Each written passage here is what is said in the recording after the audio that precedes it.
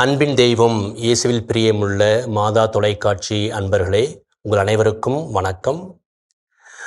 அன்றாட உணவு என்ற நற்செய்தி விளக்க பகிர்விற்கு உங்களை அன்போடு அழைக்கின்றேன். இந்த நற்செய்தியில் பெத்சதா என்ற ஒரு குளம், அதை பற்றி நாம் வாசிக்கின்றோம்.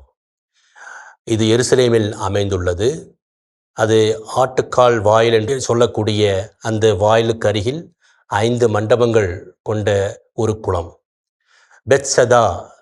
ஆனால் எபிரேய மொழியிலே பெத்ஹெஸ்தா என்றும் அழைக்கின்றார்கள். பெத் என்று சொன்னால் வீடு என்று பொருள். பெத்லஹேம் அது உணவின் வீடு, அப்பத்தின் வீடு என்று சொல்லுகின்றோம். பெத்ஹெல் என்று சொன்னால் கடவுளின் வீடு, கடவுள் வாழும் வீடு என்று அழைக்கின்றோம். பெத்ஹெஸ்தா என்று சொன்னால் house of mercy, house of grace என்று பொருள். அதன் அடிப்படையில் பெத்சதா என்று சொன்னால் ஒரு கருணையின் இல்லம், இரக்கத்தின் இல்லம் என்று பொருள். இந்த பெத்சதா என்ற குளத்திலே பார்வையற்றோர், உடல் ஊனமற்றோர், உடல் நலம் இல்லாதவர்கள் அனைவரும் கூடி அந்த தண்ணீர் கலங்கும்போது அங்கே இறங்கி குணம் பெற்றுக்கொள்வார்கள். இது வாடிக்கையாக பல ஆண்டுகளாக அங்கே நடந்து வந்தது. அதே போல 38 ஆண்டுகளாக உடல் நலம் இல்லாத ஒருவர் அங்கே காத்து கிடந்தார். ஆனால் தண்ணீர் கலங்கும்போது அவரை இறக்கிவிட ஆள் இல்லை. அப்போது இயேசுவை பற்றி அவர் கேள்விப்படுகின்றார். அவர் செய்த புதுமைகளை, அற்புதங்களை, அதிசயங்களை கேள்விப்பட்டவராக இருக்கின்றார். இயேசு அந்த ஊருக்கு வருகிறார் என்று தெரிந்தவுடன் அவரிடம் ஓடோடி சென்று குணம் பெற்றுக்கொள்ளலாம் என்று ஆர்வமோடு அங்கே ஓடோடி வருகின்றார். ஓடோடி வந்த அந்த உடல்நலமில்லாத 38 ஆண்டுகளாக உடல்நலமில்லாத அந்த நபரை பார்த்து இயேசு கேட்கின்றார், நீர் நலம் அடைய விரும்புகிறாயா என்று கேட்கின்றார்.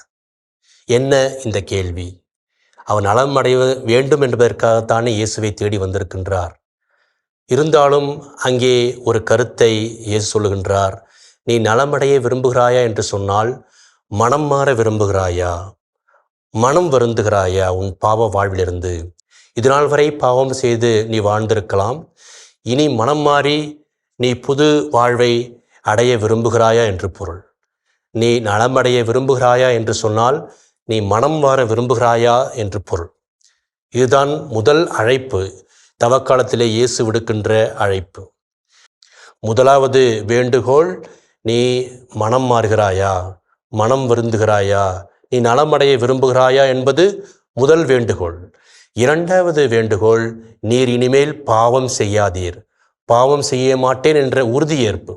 இந்த இரண்டும் தான் தவக்காலத்தில் நாம் எடுக்க வேண்டிய உன்னதமான முடிவு. அதுதான் உண்மையான மனம் மாறுதல். அந்த இரண்டும் இன்றைய நற்செய்தியில் பார்த்தது போல நாம் பாவ சங்கீர்த்தனம் செய்யும் பொழுதும் அல்லது ஒப்புரவு அருட்சாதனத்தின் போதும் இதை நாம் செய்கின்றோம். இறைவா, நீர் நன்மை நிறைந்தவர், நான் என்னுடைய பாவங்களால் உமக்கு துரோகம் செய்து விட்டேன், அதற்காக மனம் வருந்துகிறேன், உத்தம மனஸ்தாபப்படுகிறேன் என்று வேண்டுகின்றோம். இரண்டாவது பகுதி, இனிமேல் இப்பேற்பட்ட பாவங்களை செய்ய மாட்டேன் என்று சொல்லுகின்றோம். இதுதான் உத்தம மனஸ்தாப மந்திரம் அல்லது மனத்துயர் ஜெபம் என்று சொல்லுகின்றோமே ஒப்புரவு அருட்சாதனத்திலே. அதைத்தான் நாம் சொல்லுகின்றோம். ஒன்று, நான் பாவம் செய்து உமக்கு துரோகம் செய்து விட்டேன், மனம் வருந்துகிறேன், மனம் மாற விரும்புகிறேன் என்பது முதல் செய்தி. இரண்டாவது, இனிமேல் இப்பேற்பட்ட பாவங்களை செய்ய மாட்டேன் என்று சொல்வது இரண்டாவது செய்தி. இதைத்தான் இந்த நற்செய்தியிலும் பார்க்கின்றோம். இந்த தவக்காலத்தின் நாம் ஓய்வு நாளில் செய்ய வேண்டிய கடமைகள், தவக்காலத்தில் செய்ய வேண்டிய கடமைகள், இவைகளை நீங்கள் மறந்து போனாலும் பரவாயில்லை. ஆனால் அதைவிட முக்கியமானது ஒன்று, மனம் மாறுவது, மனம் திருந்துவது, மனம் வருந்துவது. இரண்டாவது, இனிமேல் இத்தகைய பாவங்களை இனிமேல் செய்ய மாட்டேன் என்று உறுதி ஏற்பதுதான் தவக்காலத்தில் நாம் செய்யக்கூடிய ஒரு உன்னதமான ஒரு பணியாக, கடமையாக நாம் ஏற்க வேண்டும். அன்பிறை மக்களே, இத்தகைய எண்ணத்தோடு தவக்காலத்தை கடைபிடிப்போம். இந்த நற்செய்தியை மீண்டும் வாசித்து பார்ப்போம். அது உங்களுக்கு தவக்காலத்தின் தன்மை உங்களுக்கு புரியும். இயேசுவுக்கே புகழ், இயேசுவுக்கே நன்றி, மரியே வாழ்க.